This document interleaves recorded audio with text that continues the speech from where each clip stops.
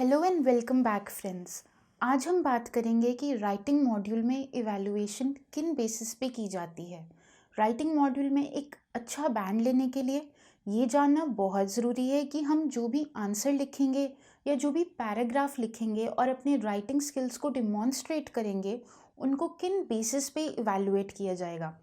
ये इवैल्यूएशन को जानकर आपको ये बहुत खुशी होगी कि जो भी इवैल्यूएशन होती है वो सब्जेक्टिव नहीं होती, वो पर्टिकुलर बेसिस पर बनाई जाती है। उन बेसिस को फॉलो किया जाता है आपको मार्क करने के लिए।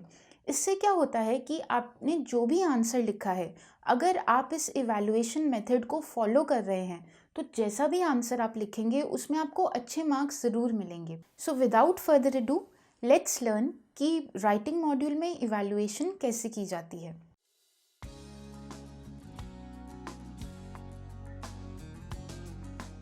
सबसे पहले तो जो स्टैंडर्ड मार्किंग क्राइटेरिया है उसमें आपको मार्क्स मिलते हैं टास्क अचीवमेंट के।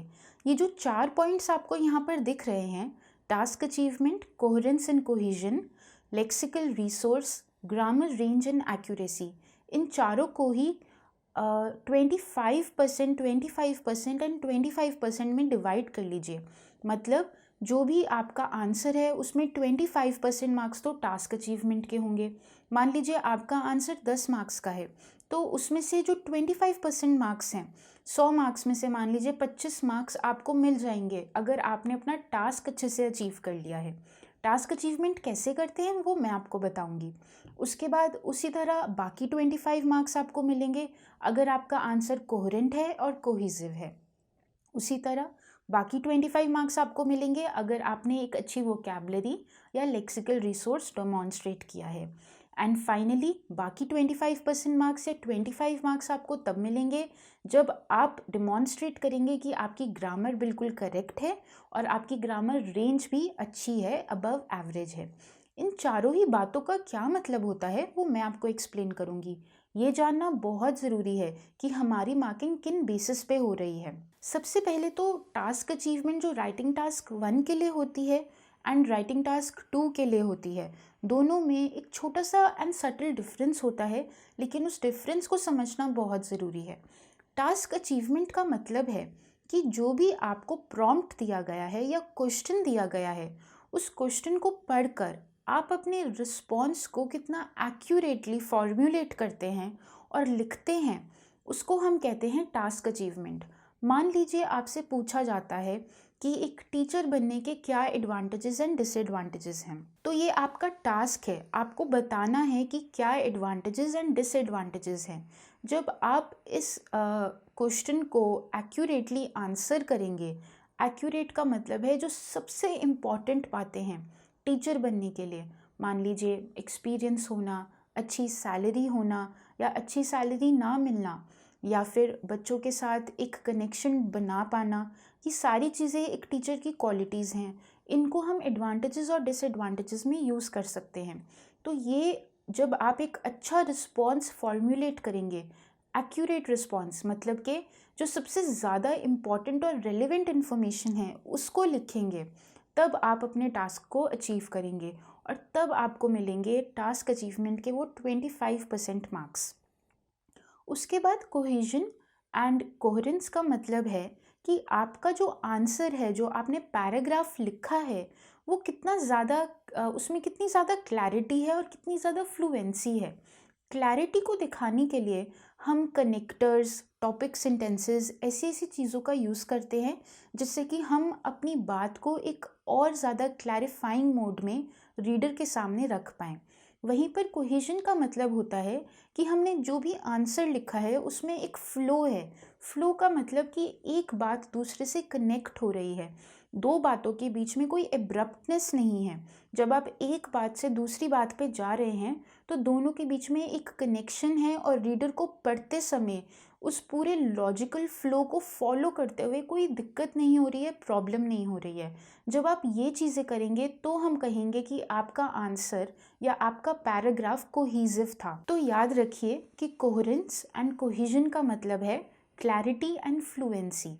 क्लैरिटी एंड फ्लुएंसी को अचीव करने के लिए हम connectors, linking words, topic sentences ऐसी चीज़ों का यूज़ करते हैं। उसके बाद बात आती है लेक्सिकल रिसोर्स की। लेक्सिकल रिसोर्स को ही हम वोकैबुलरी रेंज भी कहते हैं। वोकैबुलरी का मतलब है कि आप इंग्लिश में कितने ज़्यादा वर्ड्स को यूज़ कर सकते हैं, आपकी सिनोनिम्स और एंटोनिम्स को लेकर नॉलेज कितनी ज़्यादा है। जब आप एक अच्छी रेंज ऑफ वोकैबुलरी को यूज़ करते हैं, लेक्सिकल रिसोर्स यूज़ करते हैं, तो इसका मतलब कि आप एक पर्टिकुलर लैंग्वेज में वेल रेड हैं, वेल टॉट हैं, और उसी क्वालिटी को आपने अपने आंसर्स में डिमॉन्स्ट्रेट करना है लिखकर। वहीं पर बात आती है कि लेक्सिकल रिसोर्स होने से कोई फ़ायदा नहीं है। किसी पर्टिकुलर सिनोनिम और एंटोनिम को सही तरीके से कैसे यूज़ करना है वो भी आपको आना चाहिए। अगर आपने कोई वर्ड यूज़ किया वोकैबुलरी का जो बहुत ही हैवी ड्यूटी वर्ड है, लेकिन आपने उसको गलत तरीके से यूज़ कर लिया, तो वहाँ पर आपके मार्क्स कट जाएंगे। आपको मार्क्स मिलने की बजाय आपके मार्क्स कट जाएंगे। So remember, while it is important to have a good rich lexical resource, it's not important कि आप उसको गलत वे में यूज़ करें। सही वे में यूज़ करना भी बहुत ज़रूरी है। वहीं पर बात आती है कॉलोकेशंस की। कॉलोकेशंस का मतलब होता है कि आप वर्ब्स को और नाउन्स को एक साथ कितने सही तरीके, एक्यूरेट तरीके से यूज़ करते हैं। जब आप अपने वर्ब्स को और नाउन्स को एक साथ मल्टीपल वेज में यूज़ करके दिखाते हैं या सही तरीके से यूज़ करते हैं, तो आपको अच्छे मार्क्स मिलते हैं अपने आंसर राइटिंग के लिए। अब बात करते हैं ग्रामर रेंज एंड एक्यूरेसी की। ग्रामर एक्यूरेसी का मतलब तो हम सब समझ सकते हैं कि आप अपने प्रेपोजिशंस को, कंजंक्शंस को या फिर कनेक्टिंग वर्ड्स, लिंकिंग वर्ड्स को, सारे वर्ड्स को सही तरीके से यूज़ करें, एक्यूरेट वे में यूज़ करें।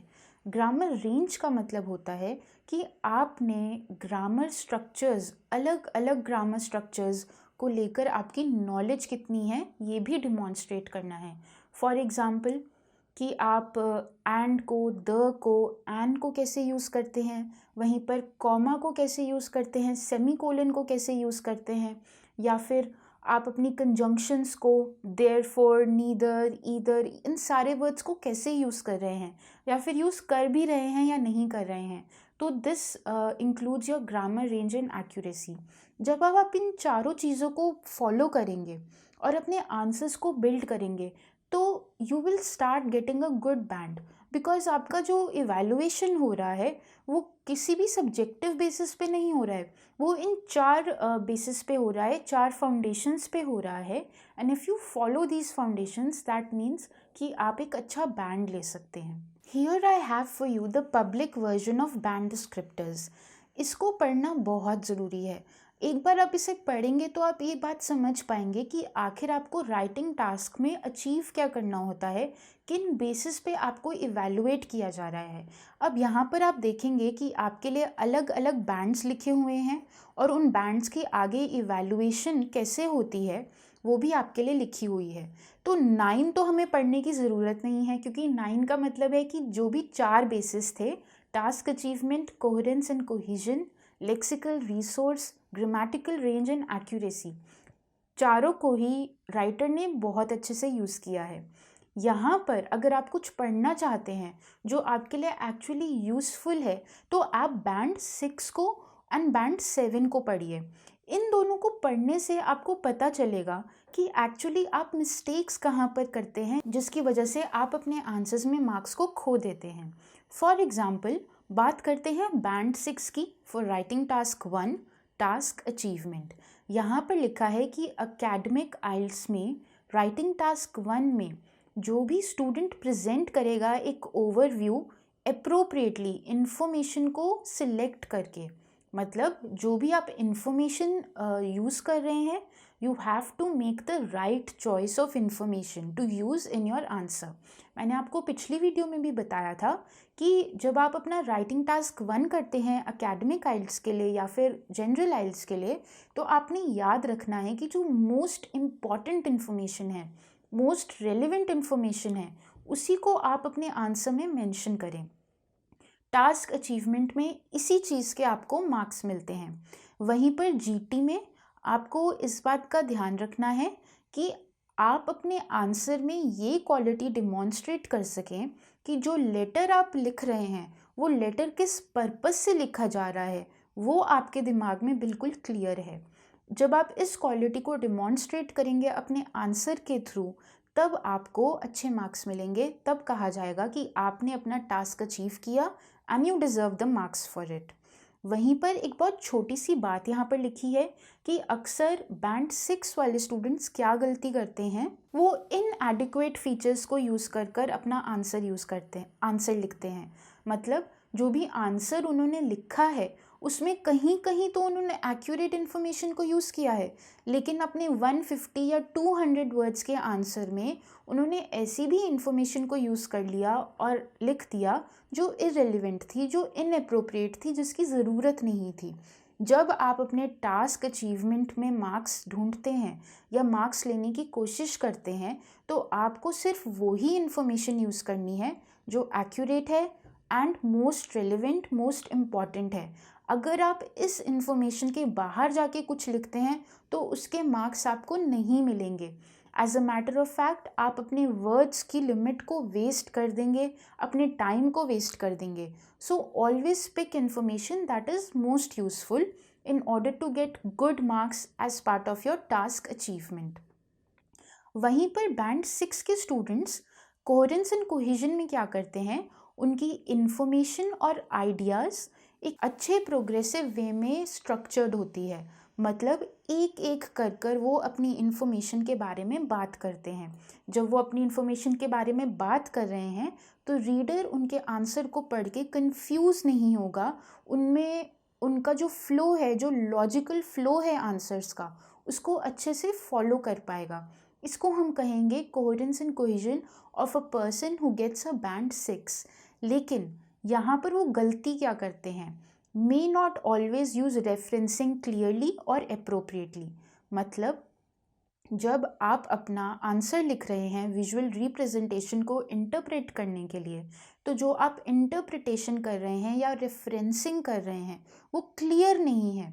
क्लियर नहीं है मतलब इसका ये मतलब हुआ कि जो भी आंसर आपने लिखा उसमें आंसर में इंफॉर्मेशन को तो आपने करेक्टली यूज़ किया, लेकिन वो इंफॉर्मेशन आपके बार ग्राफ में या आपके लाइन ग्राफ में या आपके डायग्राम के साथ कैसे और किस पॉइंट पे रिलेट करती है वो आप क्लियरली नहीं लिख पाए।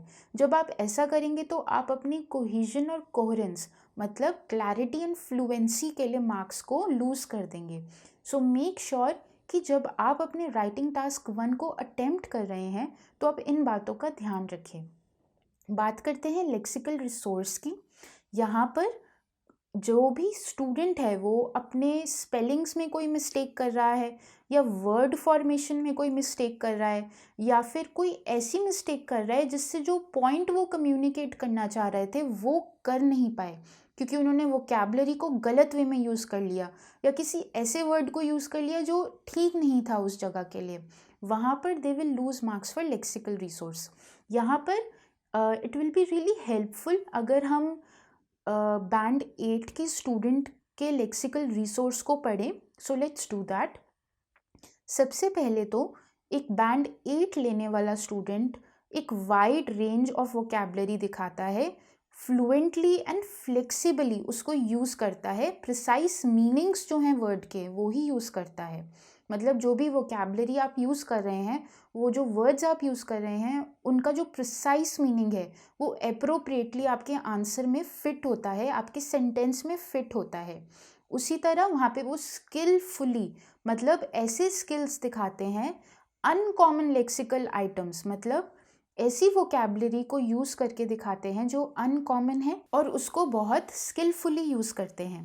वहीं पर जो उनके एरर्स होते हैं वो बहुत रेयर होते हैं, कम होते हैं। ये पॉइंट आपको बैंड 9 में भी मिलेगा, रेयर माइनर एरर्स। अब इसके बाद बात करते हैं ग्रामेटिकल रेंज एंड एक्यूरेसी की। जो भी बैंड 6 ले रहा है स्टूडेंट अपने राइटिंग टास्क 1 में, तो वो क्या करेगा, he will use a mix of simple and complex sentence forms. मतलब वो कंजंक्शंस को, कनेक्टर्स को, लिंकिंग वर्ड्स को, टॉपिक सेंटेंसेस को यूज़ करके अपने आंसर को लिखेगा। जब वो ऐसा करेगा तो वो दिखा रहा है a wide grammatical range. And for that you get good marks. उसके बाद वो थोड़े से एरर्स करता है पंक्चुएशन में और ग्रामर में, which reduces the flow, the clarity, the fluency of communication. कोई भी ऐसी गलती करते हैं आप अपनी ग्रामर रेंज में, या इनएक्यूरेटली ग्रामर को यूज़ करते हैं, जो आप कहना चाह रहे हैं बात, उस बात को वो अनक्लियर कर देता है या आपकी क्लैरिटी को कॉम्प्रोमाइज़ कर देता है। जब आप ऐसे चीज़ें करेंगे, then you will end up losing marks under grammatical range and accuracy. वहीं पर let's go on and read की बैंड 7 वाला स्टूडेंट क्या कर रहा है। He uses a range or a variety of complex structures, produces frequent error-free sentences, has good control of grammar and punctuation, but may make a few errors. जब आप अपने 150 words के आंसर में, जो बहुत ही कम वर्ड्स होते हैं, उसमें आप छोटे मोटे एरर कर देते हैं, वहाँ पर आपके मार्क्स कट हो जाते हैं। मतलब एक भी गलत कॉमा लगाने से, एक भी जगह गलत फुल स्टॉप लगाने से, कहीं पर कैपिटल वर्ड ना यूज़ करने से या गलत यूज़ कर लेने से, ये सारे ही चीज़ों के एक एक करके आपके मार्क्स कटते चले जाते हैं। इसीलिए मैंने कहा था that make sure that you are using words which is the limit. 150 से ज़्यादा वर्ड्स अगर आप लिखेंगे तो आपका स्कोप ऑफ एरर भी बढ़ता चला जाएगा। अब ज़्यादा वर्ड्स लिखने के लिए आपको मार्क्स तो ज़्यादा नहीं मिलेंगे, लेकिन अगर आपने ज़्यादा वर्ड्स लिखकर उसमें ज़्यादा एरर्स कर दिए तो उन एरर्स की वजह से आपके मार्क्स ज़रूर कट जाएंगे। So make sure that you are vigilant of the word limit, और ज़्यादा वर्ड लिमिट को क्रॉस करने की ज़रूरत नहीं है, क्योंकि उससे आपका ही नुकसान होगा। सो फ्रेंड्स, ऑन स्क्रीन आप देख सकते हैं कि राइटिंग टास्क 2 में बैंड डिस्क्रिप्टर्स हैं, उनको कैसे कैसे इवैल्यूएट किया जा रहा है। अगेन हम बैंड 6, बैंड 7 एंड कहीं कहीं बैंड 9 के डिस्क्रिप्टर्स को आपस में कंपेयर करके पढ़ेंगे टू फिगर आउट कि हम किस लेवल पर है और हमें अगले लेवल पर जाने के लिए, अगले अगले बैंड नंबर पर जाने के लिए क्या क्या करना चाहिए। तो रिमेंबर कि राइटिंग टास्क 2 हमारा एसे होता है। एसे हमें डिस्कर्सिव लिखना है। डिस्कर्सिव मतलब हमारी जितनी भी आर्ग्यूमेंट्स हैं वो क्लियर होनी चाहिए, फ्लुएंट होनी चाहिए, और हमें अपने आंसर में एंड में कंक्लूजन भी देना है कि ये सारी बातें जो हमने करी वो किस कंक्लूजन की तरफ पॉइंट करती हैं। अगेन आपने अपनी टोन का भी ध्यान रखना है। टोन आपकी ना तो इनफॉर्मल होनी चाहिए, ना ही बहुत ज़्यादा न्यूट्रल होनी चाहिए। न्यूट्रल एंड इनफॉर्मल के बीच में कहीं होनी चाहिए। So let's begin. सबसे पहले तो बैंड 6 का स्टूडेंट क्या करेगा। टास्क अचीवमेंट में सबसे पहले तो जो भी पॉइंट्स उसको दिए गए हैं, जो भी प्रॉम्प्ट उसको दिया गया है, वो सारे ही पॉइंट्स को एक्यूरेटली फॉर्मुलेट करेगा, एड्रेस करेगा और अपने पैराग्राफ्स में लिखेगा। उसके बाद वो एक सबसे जो इम्पॉर्टेंट चीज़ है पूरे एसे को लेकर या टॉपिक को लेकर, सबसे ज़रूरी बातें हैं उनको ही लिखेगा, उनके अलावा इधर उधर की चीज़ें नहीं लिखेगा। उसके बाद जो भी मेन आइडियाज़ हैं वो उनको एक बहुत ही अप्रोप्रिएट वे में, रीडेबल, क्लियर एंड फ्लुएंट वे में प्रेजेंट करेगा अपने मेन आइडियाज़ को, और इनएडिक्वेट डेवलपमेंट नहीं करेगा आइडियाज़ की। मतलब जो भी आइडियाज़ उसने डेवलप करे हैं अपनी आंसर राइटिंग के दौरान, वो क्लियर है, प्रिसाइज है, इनकम्प्लीट नहीं है। जब कोई स्टूडेंट ऐसा करेगा तो उसको टास्क अचीवमेंट में पूरे मार्क्स मिलेंगे। अब यहाँ पे पढ़ते हैं कि एक बैंड 7 वाला स्टूडेंट क्या करता है। सबसे पहले तो a tendency to overgeneralise, ये एब्सेंट होती है बैंड 7 के स्टूडेंट में।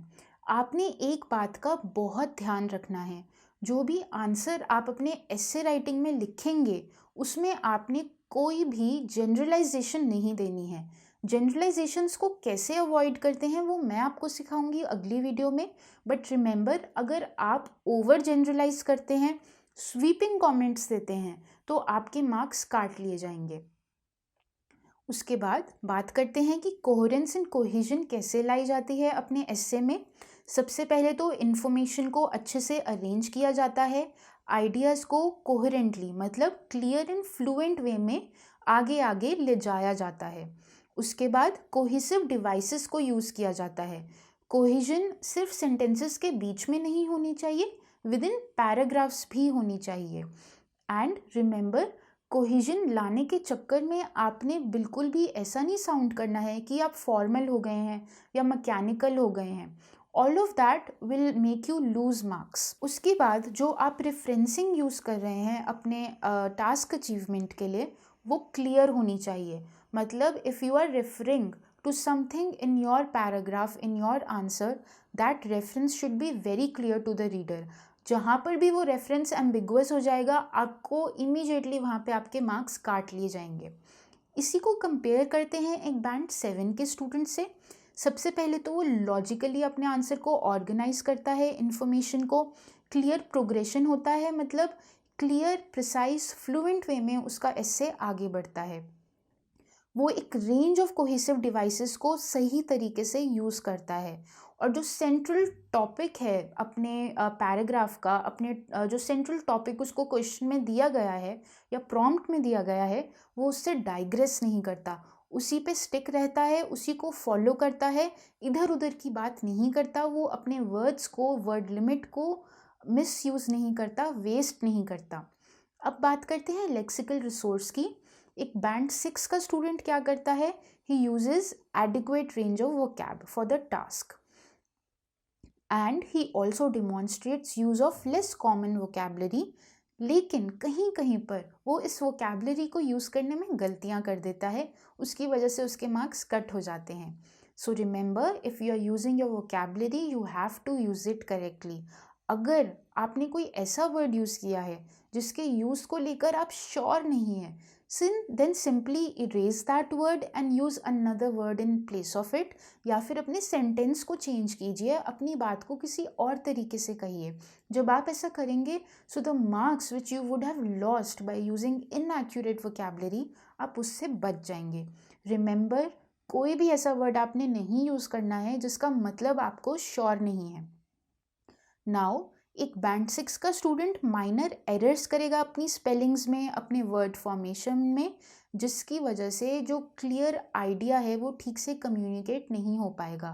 सो when you are using your vocabulary, when you are showing your vocabulary strength, remember, using the correct spelling is very important. If you write incorrectly or if your spelling is incorrect, you will lose your marks. उसके बाद बात करते हैं कि एक band 7 का student क्या करेगा। वो sufficient range of vocabulary use करेगा, उस वोकैबुलरी को फ्लेक्सिबिलिटी और प्रिसिशन से यूज़ करेगा। फ्लेक्सिबिलिटी का मतलब है वो काफ़ी सारे कॉलोकेशंस को यूज़ करेगा और डिफरेंट वेज में यूज़ करेगा। वो लेस कॉमन लेक्सिकल आइटम्स को यूज़ करेगा with some awareness of style and collocation, may produce occasional errors in word choice, spelling और word formation. Again, यहाँ पर जो Q word है वो है spelling and word formation. इन दोनों चीज़ों में अगर आपको लगता है आप गलती कर रहे हैं, then simply change your word, change your sentence, say whatever you want to say in a different way. उसके बाद grammatical range and accuracy. एक band 6 का student, he uses a mix of simple and complex sentences, makes some errors in grammar and punctuation, but they rarely reduce communication. अब देखिए यहाँ पर एक बहुत छोटी सी चीज़ लिखी हुई है। वो क्या है कि एक बैंड 6 का स्टूडेंट अपनी ग्रामर और पंक्चुएशन में गलतियाँ कर रहा है, लेकिन उससे क्लियर कम्युनिकेशन ऑफ आइडिया पे कोई इम्पैक्ट नहीं पड़ रहा है। तो remember, even if the idea you are communicating is correct, but you have made an error in your grammar and punctuation, आपके मार्क्स कट जाएंगे। रिमेंबर, ये जो 4 इवैल्यूएशन मेथड्स हैं, टास्क, रिस्पॉन्स और achievement, coherence and cohesion, lexical resource, grammatical range and accuracy, इन चारों चीज़ों को आपने याद रखना है। They are the foundation of a good answer. जब आप इन चारों चीज़ों पे खरे उतरेंगे तो आपको एक अच्छा बैंड मिलेगा। जो भी आपका बैंड 6 है उसके जितने भी क्यूज़ हैं उनको आपने यूज़ करना है अपनी इम्प्रूवमेंट के लिए, और कोशिश करनी है कि बैंड 6 से आप बैंड 8 पर आ सकें या 8.5 पे आ सकें। उससे क्या होगा कि आप में इम्प्रूवमेंट होगी और आपको ये भी पता चलेगा कि किन मिस्टेक्स की वजह से आप मार्क्स लूज़ कर सकते हैं। So with this I and the video. I hope कि आपको समझ आ गया है कि राइटिंग मॉड्यूल में इवैल्यूएशन किन बेसिस पे की जाती है। So with this I and this video. I hope आपको पता चल गया है कि राइटिंग मॉड्यूल में किन बेसिस पे इवैल्यूएशन की जाती है। जब आप इन इवैल्यूएशन क्यूज़ को अपने दिमाग में रखेंगे और अपना आंसर लिखेंगे तो आपका एक अच्छा बैंड लेने की पॉसिबिलिटी मैनीफोल्ड बढ़ जाएगी। So I will see you in the next video, जहाँ मैं आपके साथ डिस्कस करूँगी एक सैम्पल ऐसे। Till then stay blessed and I will see you soon.